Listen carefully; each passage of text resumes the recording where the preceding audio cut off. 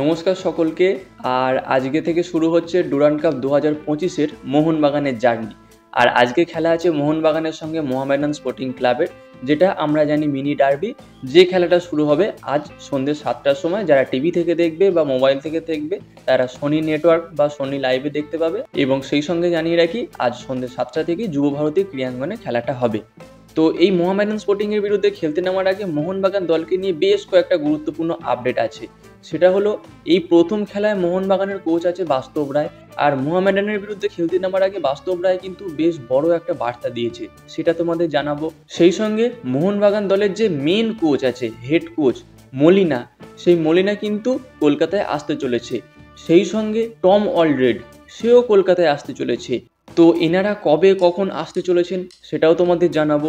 সেই সঙ্গে এই ম্যাচে মোহনবাগান দলের ক্যাপ্টেন, সেই ক্যাপ্টেন কিন্তু একজন নতুন প্লেয়ার হতে চলেছে। সেই ক্যাপ্টেন কে সেইটাও তোমাদের জানাবো। তো বন্ধুরা, একটাই রিকোয়েস্ট, তোমরা অবশ্যই ভিডিওটা শেষ পর্যন্ত দেখবে, কারণ বেশ কিছু গুরুত্বপূর্ণ আপডেট আমরা এই ভিডিওর মাধ্যমে শেয়ার করতে চলেছি। আর আমাদের চ্যানেলে তোমরা প্রথমবার এলে চ্যানেলটাকে সাবস্ক্রাইব করে দিও, আর যারা ফেসবুক থেকে দেখছো তারা পেজটাকে ফলো করে দিও।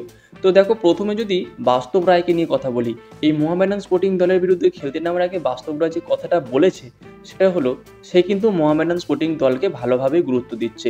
হয়তো মোহামেডান স্পোর্টিং দলে এই মুহূর্তে কোনো বিদেশি প্লেয়ার নেই বা কোনো বড় নাম নেই, ভারতীয় কোনো বড় প্লেয়ারও নেই, তবুও কিন্তু মোহামেডান স্পোর্টিং দল গতদিন ডায়মন্ড হারবার এফসির বিরুদ্ধে যেভাবে খেলেছে, সম্পূর্ণ একটা টিম গেম। 90 মিনিট পর্যন্ত খেলাটা কিন্তু ড্র হচ্ছিল, 1-1 হিসাবেই চলছিল গোল। তবে শেষ পর্যন্ত ডায়মন্ড হারবারের স্ট্রাইকার লুকা মার্জিন একটা সুযোগ পায়, সেখান থেকে গোল করে দেয় এবং 2-1-এ মোহামেডান ম্যাচটা হেরে যায়।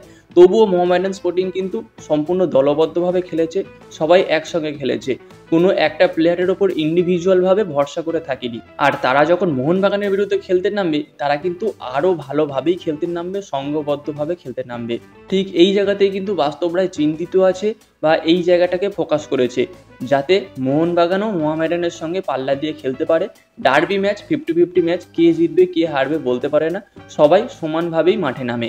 তবে আমার ব্যক্তিগত মতামত, মোহনবাগান কিন্তু একটু হলেও এগিয়ে থাকবে, কারণ মোহনবাগান দলে যে সমস্ত প্লেয়াররা আছে তারা বেশিরভাগটাই ভারতের জাতীয় দলের প্লেয়ার। তো এবার দেখা যাক আজকে সন্ধ্যে 7টা থেকে খেলা, কোন দল জেতে, কে ভালো পারফরমেন্স করে আর রেজাল্ট কি হয়। আর আজকের খেলা তোমরা কারা কারা দেখতে যাচ্ছ তোমরা কমেন্টে জানিও। আমিও কিন্তু দেখতে যাচ্ছি, C2 গ্যালারিতে সম্ভবত থাকবো। তো এবার যদি কথা বলি, মোহনবাগান দলের যে হেড কোচ আছে মলিনা, সে কিন্তু আজকে রাতেই কলকাতাতে চলে আসছে। তবে যদিও তারিখ সেটা পড়ছে 1 তারিখ, মানে 1 আগস্ট, কিন্তু আমরা বাঙালিরা তো অত AM PM মানি না, রাত মানে আজকে রাতটাই ভাবি। তো আজ রাত 2টোর সময়, মানে আগস্টের 1 তারিখ 2025 রাত 2টোর সময় কিন্তু কলকাতা এয়ারপোর্টে কোচ মলিনা চলে আসবে।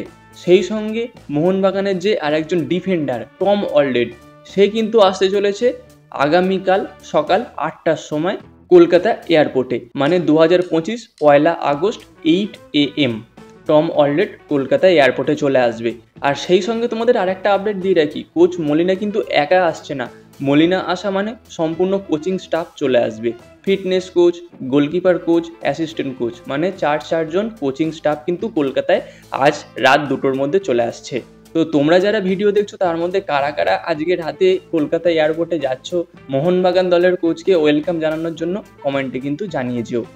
তো বন্ধুরা, এই ছিল ছোট ছোট 2-4টে আপডেট। আর আজকে মোহনবাগান মোহামেডানের বিরুদ্ধে কেমন প্লেইং 11 নিয়ে নামতে চলেছে সেই বিষয়ে কিন্তু অলরেডি একটা বড় ভিডিও আমাদের এই চ্যানেল থেকে আপলোড করে দিয়েছি, যে ভিডিওর লিঙ্ক আমি এই ভিডিওর ডেসক্রিপশন বক্সে দিয়ে দেবো, তোমরা চাইলে ভিডিওটা দেখে আসতে পারো। তো গাইস, এই ভিডিওতে এই পর্যন্তই, দেখা হচ্ছে পরবর্তী ভিডিওতে।